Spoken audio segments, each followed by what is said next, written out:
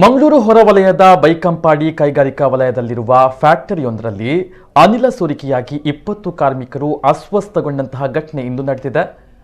ಬೈಕಂಪಾಡಿ ಕೈಗಾರಿಕಾ ವಲಯದಲ್ಲಿರುವ Everest sea food ಫ್ಯಾಕ್ಟರಿಯಲ್ಲಿ ammonia ಸೋರಿಕೆಯಾಗಿದೆ.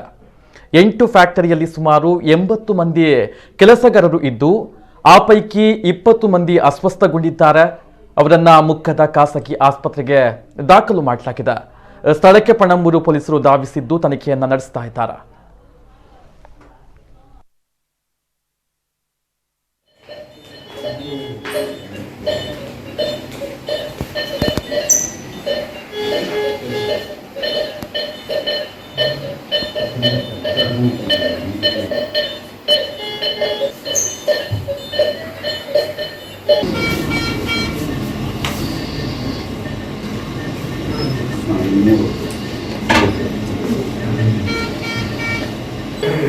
ಏನಮ್ಮ ಹೆಸರು ನಿಮ್ಮದು?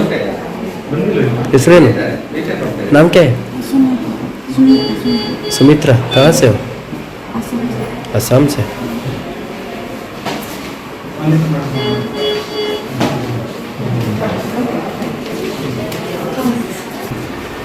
ಏನು ಹೆಸರಮ್ಮ ನಿಮ್ಮದು?